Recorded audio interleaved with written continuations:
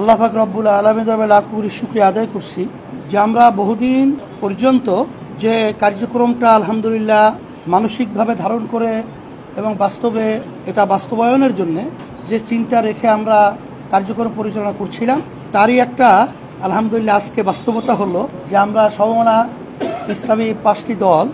আমরা একত্রিত হয়ে কতগুলো মৌলিক বিষয় আমরা ঐক্যমতে পৌঁছতে পেরেছি। শুকরিয়া তাআলা আলহামদুলিল্লাহ। তার ভিতরে একটা হলো যে আমাদের সামনে জাতীয় নির্বাচন,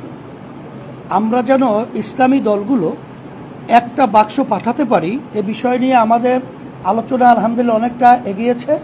এবং আমাদের অনেকের আন্তরিকতা মাশাআল্লাহ ওইভাবে প্রকাশ পেয়েছে, আলোচনায় আমরা সন্তুষ্ট। আর দ্বিতীয় হলো যে আমাদের জাতীয় যে নির্বাচন কবে নাগাদ হবে এটার ব্যাপারে আমরা একমত বা ঐক্যে পৌঁছতে পেরেছি যে আমরা প্রয়োজনীয় গুরুত্বপূর্ণ যে সংস্কারগুলো রয়েছে সেই সংস্কারগুলো শেষ হওয়ার পরেই যৌক্তিক সময়ের মধ্যে জাতীয় নির্বাচন আমাদের সবাই ঐক্যমতে এরা আমরা একমত হয়েছে। বাংলাদেশের প্রথম 5D AI ইনভার্টার যুক্ত সর্বোচ্চ বিদ্যুৎ সাশ্রয়ী যমুনা এয়ার কন্ডিশন। আর একটা বিষয় আমরা ঐক্যমতে পৌঁছেছি, আধিপত্যবাদ, সাম্রাজ্যবাদীবাদ এবং বিশেষ করে বিদেশি যে আমাদের দেশ নিয়ে বিভিন্ন ধরনের তালবাহানা এটা যেন না করতে পারে এ ব্যাপারে আমরা সবাই ঐক্যমত হয়ে আমরা এর প্রতিবাদ করব এবং আমাদের দেশ ইসলাম মানবতা রক্ষার জন্য আমরা ঐক্যমতে পৌঁছেছি।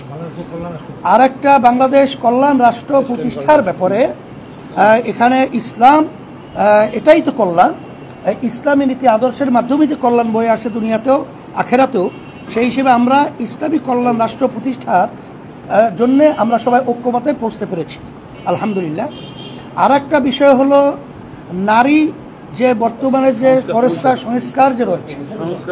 এই সংস্কার কমিশন আমরা সবাই একমত হয়েছি যেটা সম্পূর্ণ বাতিল করতে হবে এবং এটা যদি না করে তা আমরা ঐক্যমতে আমাদের সামনে পরামর্শ ভিত্তিক আমরা এই বাংলাদেশের ভিতরে এর প্রতিবাদে আমরা কঠোর আন্দোলন এবং সিদ্ধান্ত নিতে বাধ্য হব।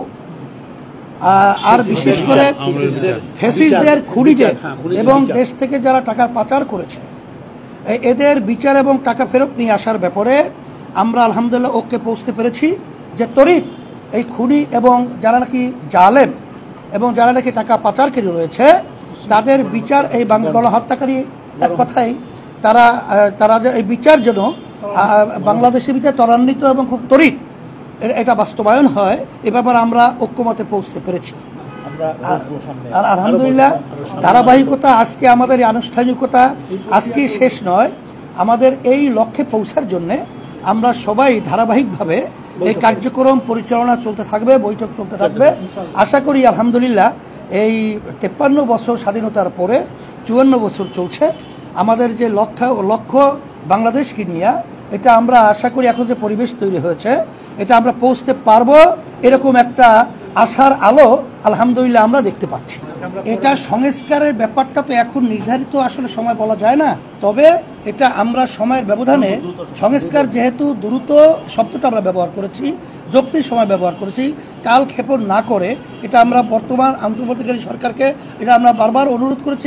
এখনো পরিষ্কার বলছি যে এখানে কিন্তু যৌক্তিক সময়ের মধ্যে প্রয়োজনীয় সংস্কার শেষেই জাতীয় নির্বাচন পরিবেশ তৈরি করা, সেটা খুব বেশি না হওয়া।